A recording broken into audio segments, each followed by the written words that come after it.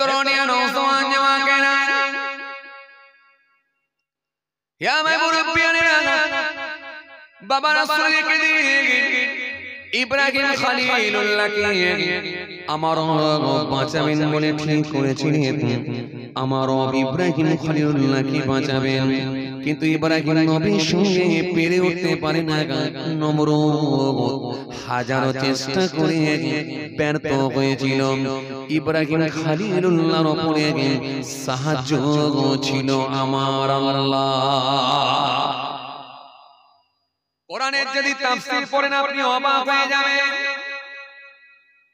আপনি হতভম্ব হয়ে যাবেন কোরআনের তাফসীর যদি পড়েন কেন আমার মালিক কোরআনের মধ্যে আয়াত দিয়েছে সুন্দর করে আমার নবী আমার আল্লাহ কোরআনের মধ্যে ইব্রাহিম খলিলুল্লাহকে নিয়ে আমার আল্লাহ নমরুদকে নিয়ে কোরআনের মধ্যে আলোচনা করেছেন আলাম তারা ইলাল্লাযী হাজ্জা ইব্রাহিম ফি রাব্বিহি আন আতাহু আল্লাহুল মুলক ইয ক্বালা ইব্রাহিম রাব্বিয়াল্লাযী ইউহয়ী ইয়ামীত ক্বালা আনা মুহয়ী ক্বালা ইব্রাহিম ফা ইন্নাল্লাহা ইয়াতি বিশ-শামসি মিনাল মাশরিক ফাআতি বিহা মিনাল মাগরিব ফাবুহিতাল্লাযী কাফার ওয়াল্লাহু লা ইয়াহদিল কওম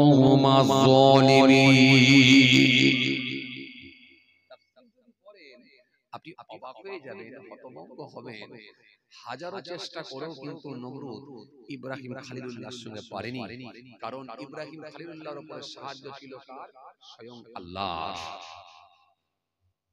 আখিরি নবী বিশ্ব নবী প্রফেট মুহাম্মদ মুস্তাফা সাল্লাল্লাহু আলাইহি ওয়াসাল্লামের উপরে সাহায্য ছিল কার আল্লাহ আবু লাহাব চেষ্টা করেছিল উতবা চেষ্টা করেছিল আবু জাহেল চেষ্টা করেছিল সবাই চেষ্টা করেছে কিন্তু আমার নবীর সঙ্গে পেরে উঠতে পারেনি কিন্তু নবীর উপরে সাহায্য ছিল কার স্বয়ং আল্লাহ এখন আপনারা বলবেন ভাইজান পারেনি তাহলে আমার নবীকে তায়েফের জমিনে দাঁত শহীদ হয়ে গেল দান্দান মুবারক ভেঙে গেল আমার নবী তায়েফের জমিনে উপর হয়ে পড়লেন হুজুর বেহুশ হয়ে গেলেন সেন্সলেস হয়ে গেলেন হুজুরের পিঠের উপর নারী ভুঁড়িগুলো উটের চাপিয়ে দেওয়া হতো তো পারেনি তারা শুনেন আমার নবী যদি একবার আল্লাহর দরবারে বলতেন না আমার আল্লাহ মুহূর্তের মধ্যে সব পিঁপড়ে মারা করে দিতেন কিন্তু আমার নবী বারে একটাই দোয়া করেছেন আল্লাহ এদেরকে চাটে মেরে দিও না এদেরকে নির্মূল করে দিও না কারণ এরা তো বোঝে না এরা জানে না তাই আমার উপর অত্যাচার করছে এরা যদি জানতো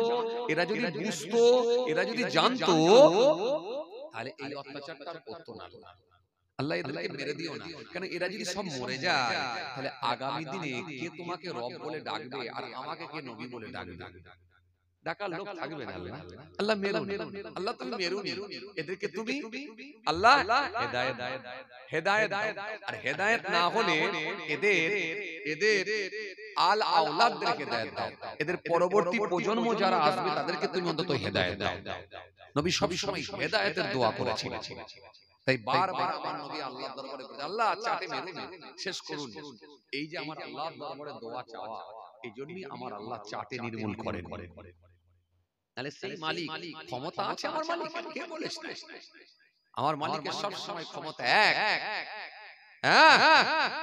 সামুদ গোত্রের মানুষগুলোকে আল্লাহ কেমন করে মিটিয়েছিলেন একবার পড়ুন তাফসীর আদ গোত্রের মানুষদেরকে আল্লাহ কেমন করে মেরেছিলেন পড়ুন তাফসীর পড়ুন নূহ নবীর জামানায় আল্লাহ কেমন করে বন্যা দিয়ে ফিনিশ করেছিল একবার পড়ুন ইব্রাহিম খলিলুল্লাহর জামানায় এই আপনার কি বলে দাউদ নবীর জামানায় কেমন করে আল্লাহ বাঁদর করেছিলেন একবার পড়ুন পড়লি আপনি হতভম্ব হয়ে যাবেন অবাক হয়ে যাবেন যে আমার রবের ক্ষমতা সব সময় এক আগেও ছিল এখনো আছে পরেও থাকবে কথা কিছু বুঝে আসছে মেরামা চলুন আমি আপনাদের সামনে যেটা বোঝাতে চাইছিলাম তাহলে আল্লাহ বলছেন কি আসেন মূল জায়গায় ফিরে আসি আল্লাহ বলছেন কি যে ব্যক্তি আমার দ্বীনকে সাহায্য করবে দ্বীনকে কায়েম করবে আমি আল্লাহ কথা দিচ্ছি আমি তাকে সাহায্য করব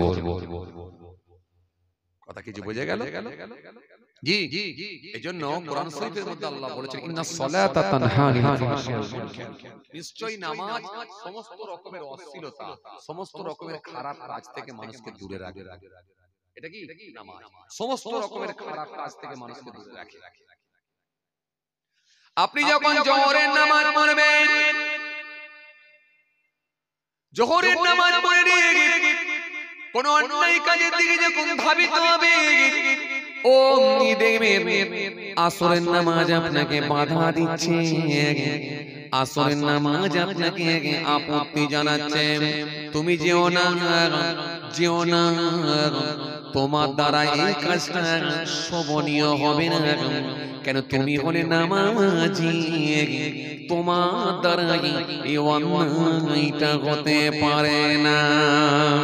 আপনি আসরের নামাজ পড়ে কোন যখন অন্যায় কাজের দিকে ধাবিত হবে অমনি দেখবেন মাগরিবের নামাজ আপনাকে আপত্তি করবে, বাধা দেবে, তুমি যেও না, যেও না, যেও না, তোমার দ্বারা এই কাজটা শোভনীয় হবে না।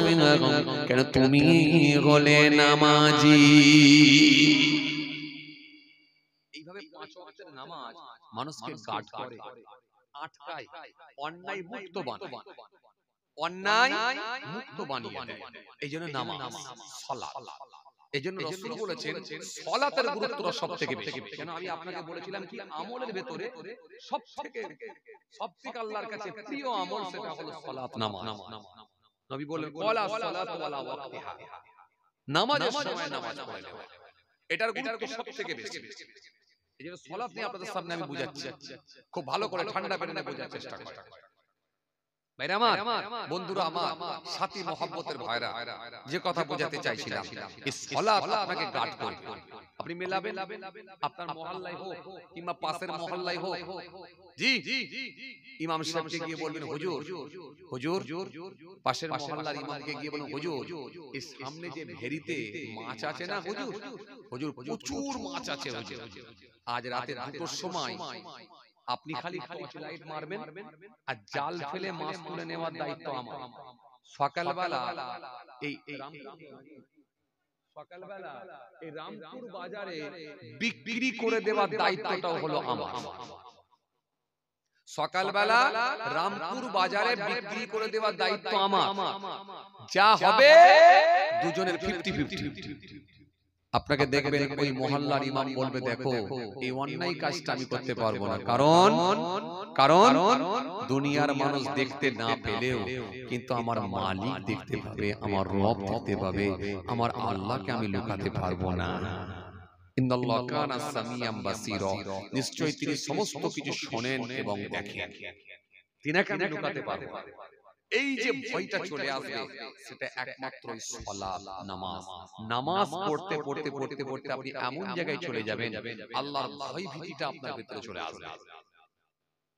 যেটা হাদিস পাকের মধ্যে এসেছে, হযরত জাবের থেকে বর্ণিত একটা হাদিস এসেছে, আল্লাহর নবী সাল্লাল্লাহু আলাইহি ওয়াসাল্লামকে বলা হলো ইয়া রাসূলুল্লাহ হাবিবাল্লাহ হুজুর, ওই লোকটা দেখছেন হুজুর, এক লোক হুজুর, ইয়া রাসূলুল্লাহ হাবিবাল্লাহ হুজুর, এক লোক রাতের বেলা নামাজ পড়ে হুজুর আর সকাল বেলা চুরি করতে বার হয়। রাতের বেলা নামাজ পড়ে আর সকাল বেলা চুরি করতে বার হয়। হুজুর ও লোকটা চোর অথচ নামাজ পড়ে। আল্লাহর নবী বললেন দাঁড়াও, ওর নামাজই একদিন ওকে পাপ মুক্ত বানিয়ে দেবে। জোরে বলবেন না, ওর নামাজই একদিন ওকে অন্যায় মুক্ত বানিয়ে দেবে, পাপ মুক্ত বানাবে। কে? নামাজ। কথা কিছু বুঝে আসছে? এজন্য আপনি নামাজ পড়ায় অভ্যস্ত হয়ে ওই বছরে 2 বার করে সিজদা দিলে কোনো সম্পর্ক থাকবে না, জুম্মার দিনে 2 রাকাত করে নামাজ পড়লে কোনো সম্পর্ক থাকবে না। কন্টিনিউ আপনি নামাজ পড়ায় অভ্যস্ত হয়ে যান, আপনার নামাজ দেখবেন অন্যায় কাজ থেকে দূরে রাখবে আর আল্লাহর ভয় ভীতি দেখবেন আপনার ভিতরে ঢুকে যাবে। আপনি দোকানদারি করবেন আর মিথ্যা বলতে পারবেন, আপনি দোকানদারি করবেন লোককে ঠকাতে পারবেন, আপনি ফোনেতে কথা বলবেন মিথ্যা বলতে পারবেন। অটোমেটিক্যালি দিনে আপনার ভেতর থেকে কেউ একজন বলছে তুই এটা বলিসনি, অন্যায় হচ্ছে, অন্যায় হচ্ছে, অন্যায় হচ্ছে, অটোমেটিক্যালি আপনাকে একজন কেউ বাধা প্রদান করছে। এটা হলো সালাত, এটা হলো নামাজ। নামাজের গুরুত্বটা এত বেশি জন্য দেওয়া হয়েছে। কিতাবের মধ্যে পাওয়া যায় হযরত জিবরাইল আলাইহিস সালামকে আল্লাহ রাব্বুল আলামিন বানালেন। হযরত জিবরাইল ফেরেশতাকে আল্লাহ তৈরি করলেন, বানালেন। বানাবার পর বলেন জিবরাইল তোমাকে তো আমি বানিয়েছি, তোমার আগেও অনেক কিছু বানিয়েছি, তোমার পরেও অনেক কিছু বানাবো। জিবরাইল তোমাকে আমি খুশি করে বানালাম, বলো জিবরাইল, বলো জিবরাইল তোমার কিছু বলার থাকলে বলো। হযরত জিবরাইল ফেরেশতা সেই সময় বললেন, রব্বি আল্লাহ, আমার কিচ্ছু লাগবে না আল্লাহ, আপনি দয়া করে আমাকে বানিয়েছেন, আমি অত্যন্ত খুশি। কিন্তু আল্লাহ, আমি আপনার কাছে একটা কথাই বলবো, আপনি আমাকে এমন কিছু একটা কাজ দেন, এমন কিছু একটা কর্ম দেন, যেটা আমি সব সময় করব আর আমার মালিককে আমি খুশি রাখবো। একটু জোরে হবে না? কারণ আমি চাই না আমার মালিক আমার উপরে বেজার হয়ে যায়, আমি চাই না আমার উপরে রাগান্বিত হোক, আমি চাই না আমার মালিক আমার উপরে নারাজ হোক, অসন্তুষ্ট হোক, এটা চাই না। কাজ আপনি আমাকে দেন যেটা আমি সব সময় করব আর আমার মালিককে আমি খুশি রাখবো। কথা কিছু বুঝে আসছে বাবাজি? জিবরাইল ফেরেশতা যখন এই কথা বলেছেন, বলে আল্লাহ রাব্বুল আলামিন বলেন, জিবরাইল শোনো, তুমি যে আমাকে খুশি রাখবে, তুমি যে আমাকে রাজি রাখবে, তুমি আমাকে খুশি করবে, আমাকে খুশি করার কোনো রাস্তা নাই, কোন রাস্তা। আমি যা কিছু বানিয়েছি নামমণ্ডল ভূমণ্ডলে এবং আগামীতে যা কিছু বানাবো, সব যদি আমার কুদরতি পায়ের সামনে জমা করে দাও, মনে রেখে দিও আমাকে রাজি খুশি করতে পারবে না। হে তরুণিয়া, নওজওয়ান জওয়ানেরা, হে আমার মুরব্বিরা, বাবার আসরিকে কিতাবের মধ্যে পাওয়া যায় হযরত জিবরাইল ফেরেশতা সেই সময় বলেছিলেন, ও আমার মালিক, ও আমার আল্লাহ, আপনি আমাকে এমন একটা কাজ দেন, এমন একটা কর্ম করার নির্দেশ দেন, এমন একটা কাজ আপনি আমাকে বলে দেন যেটা আমি আপনাকে সর্বসময় খুশি রাখতে চাই, যেটা করলে আপনি খুশি হবেন, আপনি এমন কিছু আমাকে কাজ বলে দেন। আমার আল্লাহ সেই সময় বললেন, জিবরাইল তুমি আমাকে খুশি করবে, আমাকে খুশি করার তো তোমার কোনো রাস্তা নাই। ও জিবরাইল, আমাকে খুশি করার কোনো রাস্তা নাই, তুমি আমাকে খুশি করবে, তুমি আমাকে রাজি করবে, রাজি করার কোনো রাস্তা নাই, খুশি করার কোনো রাস্তা নাই। তবে জিবরাইল শোনো শোনো, আমি আল্লাহ যা কিছু বানিয়েছি, আগামীতে যা কিছু বানাবো, সব যদি আমার কুদরতি পায়ের সামনে জমা করে দাও, মনে রেখে দিও আমি আল্লাহকে খুশি করতে পারবে না। আমার কুদরতি পায়ের সামনে যদি লৌহে মাহফুজ থেকে শুরু করে জান্নাত জাহান্নাম, আমি আল্লাহ যা কিছু বানিয়েছি আর সবকে যদি আমার কুদরতি পায়ের সামনে জমা করে দাও, ও জিবরাইল আমাকে খুশি করতে পারবে না। তবে আমি খুশি হই, তখনই খুশি হয়ে যাই যখন কোন গোলাম আমাকে রাজি করার জন্য আল্লাহু আকবার বলে একবার খানে দাঁড়িয়ে যায়, সিজদায় চলে যায়, নামাজে দাঁড়িয়ে যায়, সিজদায় চলে যায়, সুবহান রাব্বিয়াল আলা বলে ডাক দেয়, আমি আল্লাহ ওই ব্যক্তিটাকে বড় পছন্দ করি, ভালোবাসি।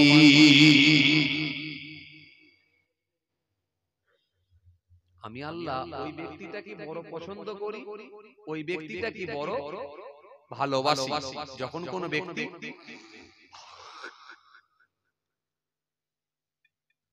কোন ব্যক্তি আমাকে একবার খুশি করার জন্য আল্লাহু আকবার বলে কিয়ামে দাঁড়িয়ে যায়, রুকুতে যায়, সিজদায় যায়, সিজদায় গিয়ে যখন আমাকে স্মরণ করে, আমি আল্লাহ ওই ব্যক্তিটার উপরে বেশি খুশি রাজি হয়ে যায়, আমি আল্লাহ সন্তুষ্ট হয়ে যাই, আমি আল্লাহ তখনই খুশি হয়ে যাই। হযরত জিবরাইল ফেরেশতা বলেন, আল্লাহ বুঝতে পেরেছি, তার মানে সিজদা দিলে আপনি বেশি খুশি হয়ে যান, সিজদা দিলে আপনি বেশি খুশি হয়ে যান। তো আল্লাহ আমিও চাই আপনাকে সিজদা দিয়ে আপনাকে খুশি করব, সিজদা দিয়ে আপনাকে খুশি করব। আমি আপনাদের সামনে যেটা বোঝাতে চাইছি যে আমলের ভেতরে নামাজের গুরুত্বটা এত বেশি কেন, এটা আপনাদেরকে বোঝাতে চাইছি, খুব খেয়াল করুন। হযরত জিবরাইল ফেরেশতা বলেন, আল্লাহ আমিও সিজদা দিয়ে আপনাকে খুশি করতে চাই। কিতাবের মধ্যে পাওয়া যায় হযরত জিবরাইল ফেরেশতা আল্লাহু আকবার বলে সিজদায় পড়ে গেলেন। কোন কোন বর্ণনায় পাওয়া যায় 30,000 বছর কেটে গেল, কোন কোন বর্ণনায় পাওয়া যায় 30 লক্ষ বছর কেটে গেল। এক সিজদা 30 লক্ষ বছর পরে আমার মালিক ডাক দিয়ে বললেন, ও জিবরাইল, এবারে তুমি মাথা তোলো। হযরতে জিবরাইল মাথা তুললেন। হযরতে জিবরাইল বললেন, আল্লাহ, এবারে কি আপনি আমার উপর খুশি হয়েছেন? এবারে কি আপনি আমার উপর রাজি হয়ে গেছেন? এবারে কি আপনি আমার উপর সন্তুষ্ট হয়ে গেছেন?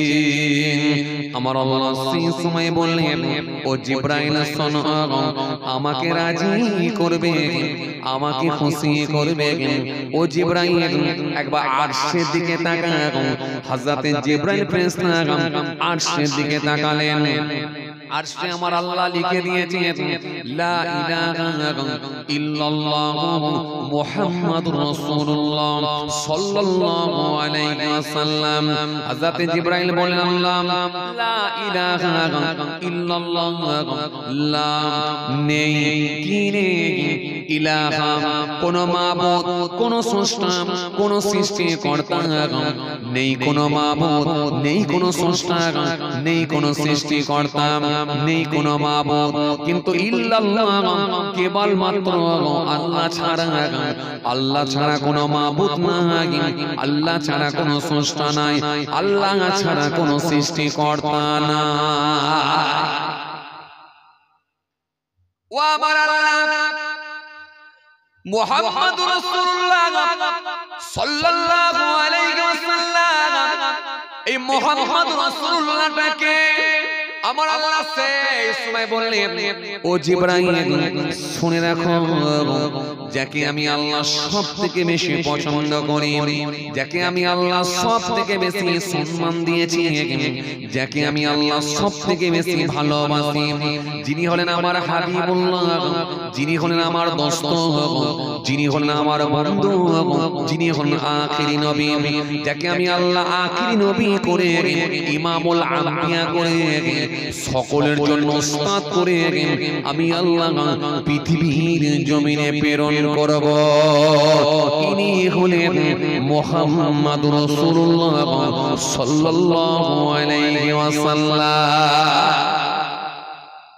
এই জিবরাইল শুনে রাখো, যার সম্মান আমি আল্লাহ সবথেকে বেশি বাড়িয়ে দিয়েছি, আমি আল্লাহর পরে দ্বিতীয় স্থান, দ্বিতীয় আসন যদি কারোর জন্য আমি আল্লাহ করে দিয়ে থাকি, সেটার অন্য কারোর জন্য নয়, সেটা হলো মুহাম্মাদুর রাসূলুল্লাহ সাল্লাল্লাহু আলাইহি ওয়াসাল্লাম, যাকে আমি আল্লাহ সবথেকে বেশি ভালোবেসেছি। তিনি হলেন আমার দোস্ত, তিনি হলেন আমার বন্ধু, তিনি হলেন হাবিবুল্লাহ। আর আমি আল্লাহ ঘোষণা দিয়ে, শোনো জিবরাইল, আমার হাবিবের যারা উম্মত হবে, তারা যখন আমি আল্লাহকে ভালোবেসে আমি আল্লাহকে রাজি করার জন্য একবার খালি আল্লাহু আকবার বলে কিয়ামে দাঁড়িয়ে যাবে, নামাজের পাটিতে দাঁড়িয়ে যাবে, রুকুতে যাবে, সিজদাতে যাবে, সুবহান রাব্বিয়াল আলা বলে ডাক দেবে, আমি আল্লাহ ওই সিজদাটাকে এত পছন্দ করি, এত ভালোবাসি, ওই রকম 30 লক্ষ বছর সিজদাতে অপেক্ষা আমার হাবিবের উম্মতের সিজদাটা আমি আল্লাহর কাছে বেশি পছন্দনীয় হয়ে যায়।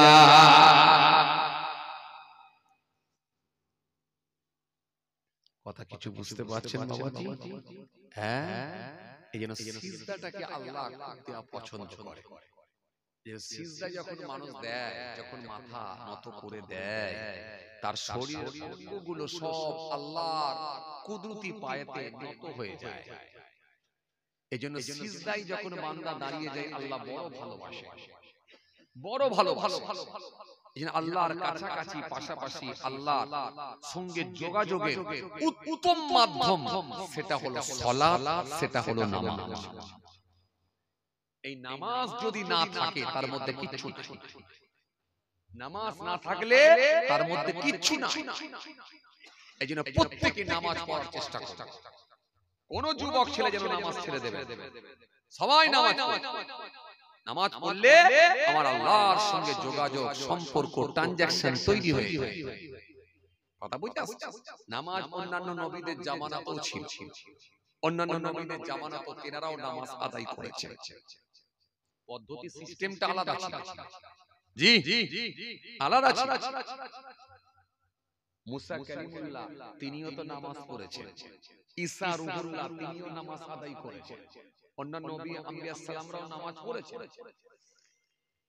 কিন্তু পদ্ধতিটা আলাদা। কিয়াম করে নামাজ পড়তেন, কিয়াম করে নামাজ আদায় করতেন। কিতাবের মধ্যে এমনকি রাসূল করিম সাল্লাল্লাহু আলাইহি ওয়াসাল্লাম তিনিও 2 বছর খালি কিয়াম করে নামাজ পড়েছেন। খুব ভালো করে মদিনায় আল্লাহ নবী সাল্লাল্লাহু আলাইহি ওয়াসাল্লাম যখন নামাজ আদায় করতেন, আমার আল্লাহ জানিয়ে দিলেন, হাবিব আপনি রুকু করেন, আপনি সিজদা করেন। কোরআন শরীফের মধ্যে আয়াত দিলেন, ইয়া আইয়ুহাল্লাযীনা আমানু আসজুদু, হে ঈমানদাররা এবং সিজদা করো। এই রুকু সিজদা এটা এটা মদিনায় যাওয়ার পর, খুব ভালো করে মদিনায় যাওয়ার পর, শুনছেন কথা, মদিনায় যাওয়ার পরে এটা খরচ হয়ে গেল। কথা বুঝে আসছে? আল্লাহ নবী সাল্লাল্লাহু আলাইহি ওয়াসাল্লাম যখন নামাজ আদায় করতেন, রাসূল করিম সাল্লাল্লাহু আলাইহি ওয়াসাল্লাম যখন নামাজ পড়তেন, আল্লাহ নবী সাল্লাল্লাহু আলাইহি ওয়াসাল্লাম 5 ওয়াক্তেরই নামাজ উচ্চ আওয়াজে কিরাত করে পড়তেন। কিরাত করে যখন পড়তেন, আল্লাহ রাব্বুল আলামিন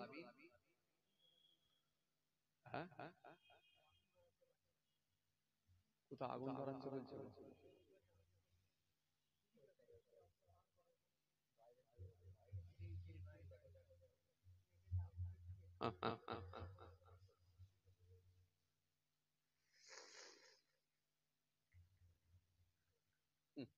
কোথাও আগুন জ্বলছে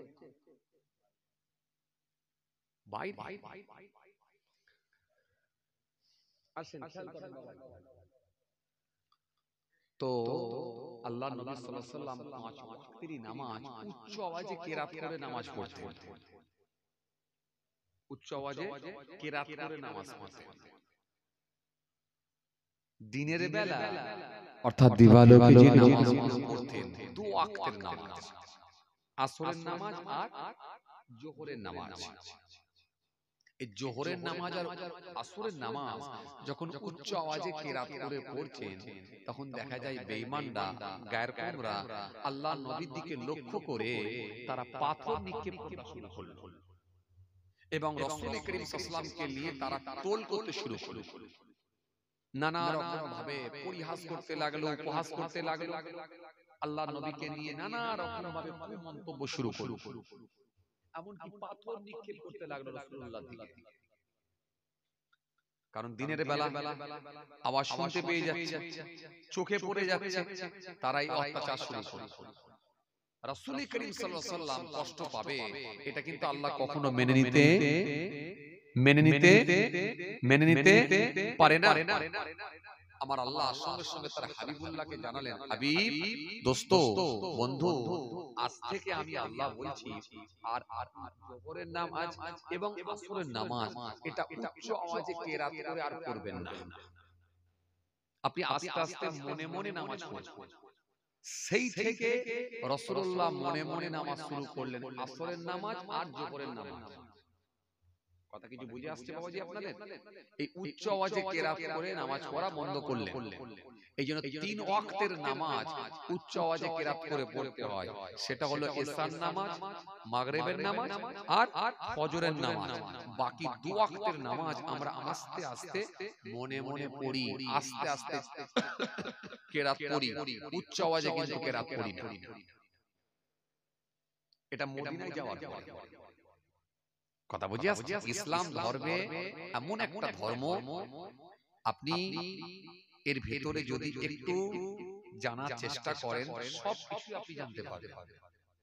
এই ধর্ম কাল্পনিক ধর্ম না, প্রত্যেকটা জিনিসে আপনাকে জানতে হবে, স্টাডি করতে হবে, পড়াশোনা করতে হবে। কথা কিছু বুঝে আসছে বাবাজি? রাসূল করিম সাল্লাল্লাহু আলাইহি ওয়াসাল্লাম মদিনায় যাওয়ার পরে 2 ওয়াক্ত, রাসূল করিম সাল্লাল্লাহু আলাইহি ওয়াসাল্লাম মদিনায় যাওয়ার পরে 2 রাকাত করে নামাজ পড়তেন। আল্লাহ রাব্বুল আলামিন জানালেন, হাবিব, আপনি আর 2 রাকাত করে বাড়িয়ে দেন।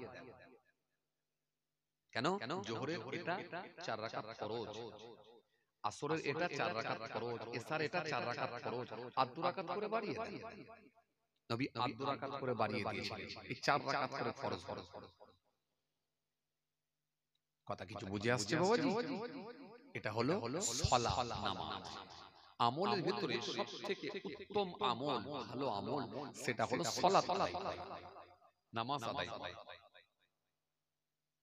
ভাইরা আমার, বন্ধুরা আমার, সাথী মহব্বতের ভাইরা, খুব খেয়াল করেন, খুব ধ্যান দেন। এই নামাজ যখন ফরজ হয়ে গেল, ফরজ হয়ে যাওয়ার পর সবথেকে বেশি কষ্ট পেয়েছিল ইবলিস শয়তান।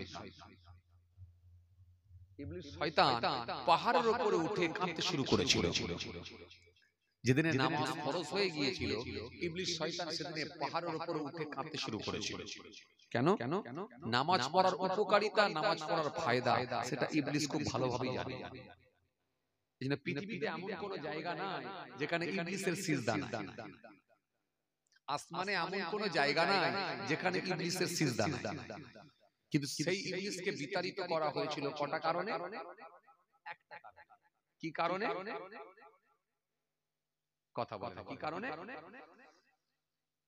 আল্লাহ বলেছিলেন আদমকে সিজদা দাও, আর ইবলিস বলেছিল এটা আমি দিতে পারবো না, কারণ সে আদমের থেকে নিজেকে শ্রেষ্ঠ বলে দাবি করেছিল। এই ওয়াজ আপনাদের জানা আছে, শোনা আছে, শোনা।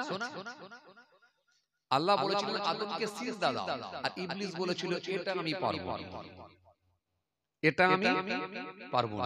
আল্লাহ আপনি যদি বলেন আমি আপনাকে সিজদা দিচ্ছি, আপনাকে স্মরণ করব, আপনাকে সিজদা দেব, কিন্তু আদমকে না। আল্লাহ বলেন শোনো, এখানে আদম কিন্তু নির্দেশ করে না, নির্দেশটা করেছি আমি আল্লাহ। আর আদমকে সিজদা দেওয়া মানে আমার হুকুম মানা। ডিসাইড কর কি করবি, ঠিক কর কি করবি, আমার হুকুম মানবি না মানবি না। ইবলিস সে সময় যুক্তি খাড়া করে বলল আল্লাহ আদমের থেকে আমি শ্রেষ্ঠ, কারণ আদম মাটির তৈরি আর আমি আগুনের তৈরি। যখন ইবলিস যে কোনো ভাবে বোঝাবার চেষ্টা করেছিল, কিন্তু আমার আল্লাহ বুঝতে নারাজ, বলেন না এই কথা শুনবো, তুই সিজদা দিবি কি দিবি না। শেষে ইবলিস ক্লিয়ার করে বলে আল্লাহ আদমকে সিজদাটা দিতে পারবো না, আপনাকে যদি দিতে বলেন দিতে ইচ্ছে। আল্লাহ বলে শোনো ওটা হবে না, কারণ এখানে আদম নির্দেশ করে না, হুকুম করে না, অর্ডার করেছি, হুকুম করেছি, নির্দেশ করেছি আমি আল্লাহ। সুতরাং তুমি যদি সিজদা না দাও, সিজদা যদি না দিস, ফাখরুজ বেরিয়ে যা, দূর হয়ে যা, গেট আউট, আমি এখান থেকে বেরিয়ে যা, বেরিয়ে যা। ইবলিস তখন চলে যাচ্ছে, যাওয়ার সময় বলল আল্লাহ আমি কি কিছু পাবো না, আমার ইবাদতের বিনিময়ে কি কিছু পাবো না। আল্লাহ বললেন বেহেশতে ছাড়া সব, জান্নাত ছাড়া সব। ইবলিস শয়তান তখন দুটো জিনিস চেয়েছে। আল্লাহ আমার আয়াতটাকে এত লম্বা করে দেন, আমি কিয়ামত পর্যন্ত বাঁচতে চাই, এক। আর দ্বিতীয় নাম্বার হচ্ছে আপনি আমাকে এমন পাওয়ার দেন যে আমি মানুষের নার্ভের মধ্য দিয়ে, শিরার মধ্য দিয়ে গিয়ে যে কোনো ভাবে মানুষের ব্রেন ওয়াশ করে মানুষকে অন্যায় কাজের দিকে ধাবিত করব। সকালবেলা যে ছেলেটা কাজে যাবে, যখন এক কাপ লিকার চা খাবে বা দুধ চা খাবে, যখন রামপুর বাজারে, ওকে আমি জোর করে কোনো অন্যায় কাজ করাবো না। ও চা খেতে খেতে লটারির দোকানটা খালি দেখিয়ে দেবো, দিয়ে বলবো এতদিন আর কত কষ্ট করে খেটে খেটে কবে সেই বড় লোক হবি, তার থেকে যাওয়ার সময় একটা লটারি কেটে দিয়ে যা, যদি লেগে যায় গেনার হয়ে যাবে। বাস আমি খালি ব্রেনটাকে ওয়াশ করবো, তার মোটিভটাকে ঘোরাবো, ও যেন আমাকে দেখতে পাবে না, আমি ওর নার্ভের মধ্য দিয়ে ওকে অন্যায় কাজ করি। আল্লাহ এই পাওয়ারটা আপনি আমাকে দেন। আল্লাহ বলে শোন, এটাও আমি তোকে দিয়ে দিলাম, এটাও তোকে। যখন দুটো দিয়ে দিয়েছেন, তখন ইবলিস বগল বাজিয়ে বলে আল্লাহ যে পাওয়ার আপনি দিয়েছেন না, আর আপনার একটা বান্দা বান্দিকেও জান্নাতে যেতে দিচ্ছি না। আমার আল্লাহ শেষ সময় আল্লাহ রাব্বুল আলামিন থাকতে না পেরে আল্লাহ নিজের ইজ্জতের কসম করে বলেন শোন ইবলিস শোন, আল্লাহ রাব্বুল আলামিন শেষ সময় শোন, যখন কোন বান্দা পাহাড় পরিমাণ গুনাহ করার পরেও কিন্তু সে বান্দা যদি একবার খালি আমার কাছে ফিরে এসে চোখের পানি ছেড়ে কাঁদে, আমি আল্লাহ কথা দিচ্ছি তার পূর্বের গুনাহগুলোকে maaf করে দেব, সব ক্ষমা করে দেব। এই সুযোগটা থাকবে কিন্তু ইবলিস বলল আমি চ্যালেঞ্জ করছি জান্নাতে যেতে দেবো না। আল্লাহ বলছে আমি চ্যালেঞ্জ করছি আমার বান্দা যদি আমার কাছে ক্ষমা চায় আমি মাফ করে দিয়ে জান্নাতে ঢোকাবো। কথা কিছু বুঝে আসছে? ভাইরা আমার, বন্ধুরা আমার, সাথী মহব্বতের ভাইরা, খুব ভালো করে শুনেন। যেন সেই ইবলিস, সে নামাজ পড়ার উপকারিতাটা সেই ইবলিসই জানে। এজন্য যেদিনে নামাজ ফরজ হয়েছিল সেদিনে ইবলিস শয়তান পাহাড়ের উপরে উঠে কাঁদতে শুরু করলো। ইবলিস এত কাঁদছে, ইবলিসের শিষ্যরা গিয়ে হাজির হয়ে গেল। গুরু কাঁদছেন কেন? গুরু কাঁদছেন কেন? গুরু কাঁদছেন কেন? শিষ্যরা বলল গুরু কাঁদছেন কেন? আপনি তো পাপ কর্তা, আপনি তো পাপ করাবেন, তো আপনি কাঁদছেন কেন? আপনি কাঁদছেন কেন? আমি আপনাদের সামনে কিন্তু একটাই আলোচনা করছি, ঈমানের পরে আমল, আর আমলের ভিতরে সবথেকে উত্তম আমল, ভালো আমল সেটা হলো সালাত। এই সালাতের গুরুত্বটা এত বেশি কেন সেটা নিয়ে আপনাদের সামনে আলোচনা করছি। ইবলিস শয়তান পাহাড়ের উপরে উঠে যখন কাঁদতে শুরু করলো, দুটো চোখ দিয়ে ইবলিস শয়তান এত কাঁদছে, চিৎকার মেরে শিষ্যরা সব গিয়ে হাজির হয়ে গেল। গুরু কাঁদছেন কেন? গুরু কাঁদছেন কেন? এত কাঁদে, আপনি তো পাপ কর্তা, আপনি তো পাপ করাবেন, তো আপনি কাঁদছেন কেন? হে তরুণী নওজোয়ান জওয়ানেরা, ইয়া মে মুরব্বিয়েরা, বাবারা শুনে কেঁদে। ইবলিস শয়তান সে সময় বলেছিল তোমরা তার জানো না আজকে আমার আল্লাহ পাক নামাজকে ফরজ করে দিয়েছেন। আল্লাহ পাক নামাজকে ফরজ করে দিয়েছেন। সুতরাং যখন কোনো বান্দা বান্দী সঠিকভাবে নামাজটা আদায় করবে, আমার আল্লাহ তো খুশি হয়ে যাবে, এত রাজি হয়ে যাবে, আমার আল্লাহ ওই নামাজের ওসিলাতে তার পূর্বের গুনাহগুলোকে মাফ করে দেবে। নামাজের ওসিলাতে আল্লাহ তার পেছনের গুনাহ বা পূর্বের গুনাহ, আগের গুনাহ সব মাফ করে দেবে। আর মানুষ জান্নাতে চলে যাবে, গুনাহ মুক্ত হয়ে যাবে, পাপ মুক্ত হয়ে যাবে। এটা আমি ইবলিস কখনো মেনে নিতে কথা কয় না। একটু হ্যাঁ না কিছু বলেন, আমি মেনে নিতে এটা পারি না। কেন মানুষ জান্নাতে চলে যাবে আর আমি ইবলিস কি বসে থাকবো? আমি চিন্তিত হয়ে পড়েছি, টেনশনের মধ্যে পড়ে। এইজন্য আমি কাঁদতে শুরু করেছি। উপায় কি? রাস্তা এর সঠিক রাস্তা কি আছে? তাই আমি কাঁদতে শুরু করেছি। তাহলে ইবলিস হচ্ছে এই মানুষের প্রকাশ্য শত্রু। সবথেকে বেশি যদি কেউ আপনার জন্য ক্ষতিকারক হয়ে থাকে সেটা হলো ইবলিস। আর এই কথাটা শুধু যে আমি বলছি তা না, আল্লাহ নিজে কোরআনের মধ্যে বলেছেন। এই জন্য আল্লাহ কোরআনের মধ্যে সুন্দর করে আয়াত দিয়ে বান্দাকে আমার আল্লাহ সতর্ক করলেন, বান্দাকে আমার আল্লাহ সাবধান করে দিলেন। কোরআনের মধ্যে আমার আল্লাহ সুন্দর করে বললেন ওয়ালা তাতাবিউ খুতুওয়াতিশ শাইতান, শয়তানের পথ তোমরা ধরো না, অনুসরণ করো না। কেন? আমি আল্লাহ বলছি ইন্নাহু লাকুম মুবিন, নিশ্চয় সে হলো তোমাদের প্রকাশ্য শত্রু, প্রকাশ্য দুশমন। এজন্য ইবলিসের নামটা আল্লাহ কোরআনের মধ্যে এক জায়গায়, দুই জায়গায়, তিন জায়গায় নয়, প্রায় 88 জায়গায় আল্লাহ ইবলিস নিয়ে আলোচনা করেছেন। 88 জায়গায় আমার আল্লাহ ফেরেশতা নিয়ে আলোচনা করেছেন।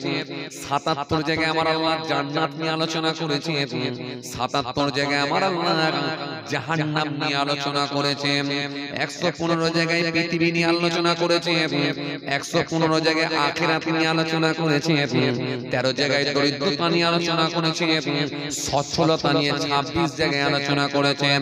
শীতকালের কথা 5 জায়গায় বলেছেন। গ্রীষ্মকালের কথা 5 জায়গায় বলেছেন। আজানের কথা 5 জায়গায় বলেছেন। আজানের কথা 5 জায়গায় বলেছেন, 117 জায়গায় আল্লাহ শাস্তির কথা বলেছেন, 234 জায়গায় আল্লাহ ক্ষমার কথা বলেছেন। একটার সঙ্গে একটা এত সুন্দর সুন্দর করে আমার আল্লাহ মিলিয়ে দিয়ে গোটা পৃথিবীর মানুষকে অবাক করে দিয়েছেন, গোটা পৃথিবীর মানুষকে হতভম্ব করে দিয়েছেন। এইজন্য যে ব্যক্তিটা কোরআন শরীফে একটু বেশি বেশি বেশি বেশি করে তেলাওয়াত করে, তার অন্তরখানা মরিচা মুক্ত হয়ে যায়, তার ভেতরে আল্লাহর তাওহীদের খুশবু, তাওহীদের বাতি জ্বলে যায়। ওই ব্যক্তিটা থাকতে না পেরে নবীর প্রেমে পড়ে আল্লাহর সন্তুষ্টি আদায় করার জন্য ওই ব্যক্তিটা কালেমা পড়ে ঈমান কবুল করে থাকে। চলেন এবার আমি আপনাদের সামনে যেটা বোঝাতে চাইছিলাম, তাহলে এই ইবলিস শয়তানকে আল্লাহ রাব্বুল আলামিন কোরআনের আয়াত দিয়ে বান্দাকে সতর্ক করলেন, বান্দা ইবলিস থেকে বাঁচো, ইবলিস থেকে বাঁচো। কেন? ইবলিসই হচ্ছে তোমাদের প্রকাশ্য শত্রু, প্রকাশ্য দুশমন। ইবলিস চায় না যে বান্দা জান্নাতে যাবে। ইবলিস কাঁদতে শুরু করেছে কোথায়? পাহাড়ের উপর উঠে। এখন শিষ্যরা বলতে লেগেছে, গুরু আপনি কাঁদলে তো হবে না, আপনি কাঁদলে তো সব শেষ, আপনি তো পাপ করাবেন, এখন আপনি যদি কেঁদে ভেঙে পড়েন তাহলে তো সব শেষ, কাঁদলে তো হবে না। এখন কি করতে হবে বলেন? এর কোন সলিউশন আছে নাকি, কোন সমাধান আছে নাকি, সেটা বের করেন। ইবলিস শয়তান সেই সময় বলল, শোনো, এর সঠিক সলিউশন সমাধান যদি দিতে হয়, আমি খুঁজে পেয়েছি তিনটা রাস্তা আছে, তিনটা পন্থা অবলম্বন করো। এই তিনটে পন্থা যদি তোমরা অবলম্বন করতে পারো, তিনটে রাস্তা যদি ধরে চলতে পারো, আশা করা যায় এরা নামাজ পড়ো কিন্তু কোনো ফল হবে না। কিছু কথা শুনতে পাচ্ছেন বাবাজি? এটা ইবলিস সাজেশন দিয়েছিল, পরামর্শ দিয়েছিল। কথা কিছু বুঝতে পারছেন বাবাজি? এটা ইবলিসের সাজেশন, ইবলিসের পরামর্শ, ইবলিসের সাজেশন। শিষ্যরা বলল, গুরু কি তিনটে পন্থা বলে? গুরু সেই সময় বলে, ও আমার শিষ্যরা শুনে রাখো, এক নাম্বার হলো যখন কোনো বান্দা নামাজ পড়ার ইচ্ছা পোষণ করবে, ওই বান্দাকে নামাজ পড়তে দিও না, দুনিয়ার কাজের সঙ্গে তোমরা লাগিয়ে দাও, দুনিয়ার কর্মের সঙ্গে যুক্ত করে দাও। ওর মনের ভেতরে নামাজ পড়ার ইচ্ছা থাকবে কিন্তু নামাজ পড়া ওর নসিবে হবে না।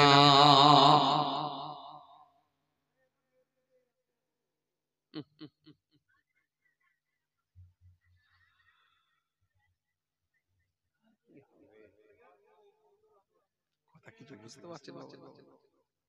খেয়াল করেন, আরো মজা শেষ হয়ে যাবে।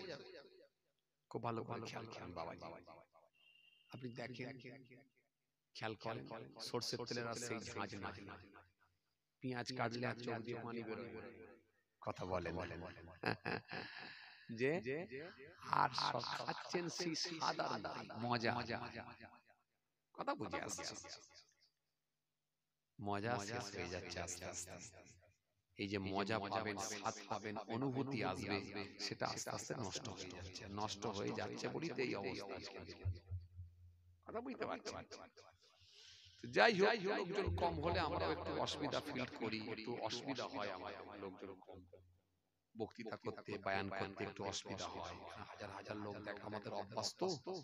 যাই হোক, লোক মেনে যা সব জায়গা তা না, এমন জায়গা আছে হাজার হাজার লোক হয়। যাই হোক, খেয়াল খেয়াল, তাহলে ইবলিস শয়তান সেই সময় বলল তিনটে পন্থা, রাস্তা কটা? তিনটা। তিনটা পন্থা তোমাদেরকে অবলম্বন করতে হবে বা তিনটে রাস্তা ধরতে হবে। এক হচ্ছে যখন কোনো ব্যক্তি নামাজ পড়ার ইচ্ছা পোষণ করবে, ওকে নামাজ পড়তে দিও, দুনিয়ার কাজের সঙ্গে লাগিয়ে দাও, দুনিয়ার কর্মের সঙ্গে যুক্ত করে দাও, দিয়ে ওর নামাজ পড়ার ইচ্ছা থাকবে কিন্তু সে নামাজ পড়তে কিন্তু পারবে না। এই জন্য কিছু কিছু মানুষ আছে দেখবেন, কিছু যুবক ছেলে আছে দেখবেন, নামাজ পড়ার ইচ্ছা পোষণ করে নামাজ পড়বো পড়বো করে খালি লম্বা লম্বা দেখবেন ডেট দেয়, কিন্তু নামাজের খাতাতে নাম তুলতে পারে নাই, নামাজের পাটিতে দাঁড়াতে পারে নাই। মা বলল, বেটা তুই তো কতদিন ধরে বলছিস নামাজ পড়বো, তো আজ থেকে নামাজ পড়। যুবক ছেলেটা সেই সময় বলল, মা শোনো, আজকে তো মঙ্গলবার, বুধবারটা যেতে দাও আর বৃহস্পতিবারটা যেতে দাও, 100% আমি শুক্রবার থেকে নামাজ পড়বো। ছেলে আছে না, খালি ডেট দেয়, খালি তারিখ দেয়, ডেট ডেট ডেট। শুক্রবার যে চলে এলাম, শুক্রবার আসার পরে জুম্মার নামাজটা আদায় করে নিলাম। জুমার নামাজটা পড়ে আস্তে আস্তে দেখা যায় আসরের নামাজ, কোন কাজের চাপে পড়ে আসরের নামাজটা কাজা হয়ে গেল।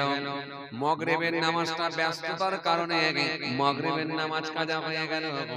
যেই দু ওয়াক্তের নামাজ কাজা হয়ে গেল, অমনি ছেলেটার মনটা ভেঙে গেল। ভেঙে গিয়ে বলছে, এসার নামাজটা আর পড়বো নিয়ে জাকাত যখন কাজা হয়ে গেছে ছেড়িয়ে দিয়ে সামনে আসছে কদিন পরে সবে বরাত, ওই সবে বরাতের রাত থেকে আমি এমন নামাজ পড়বো আর কিন্তু ছাড়বো না।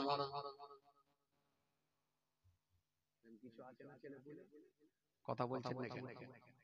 আছে না না কথা বলেন, কিছু ছেলেপুলে আছে না না, আছে, খালি দেখবেন ডেট দেয়, খালি লম্বা লম্বা ডেট দেয়, তারিখ দেয়। ইবলিস বলছে ওর নামাজ পড়ার ইচ্ছা থাকবে, খালি ওকে ডেট দাও, ওকে তারিখ দিয়ে ডেট চেঞ্জ করে করে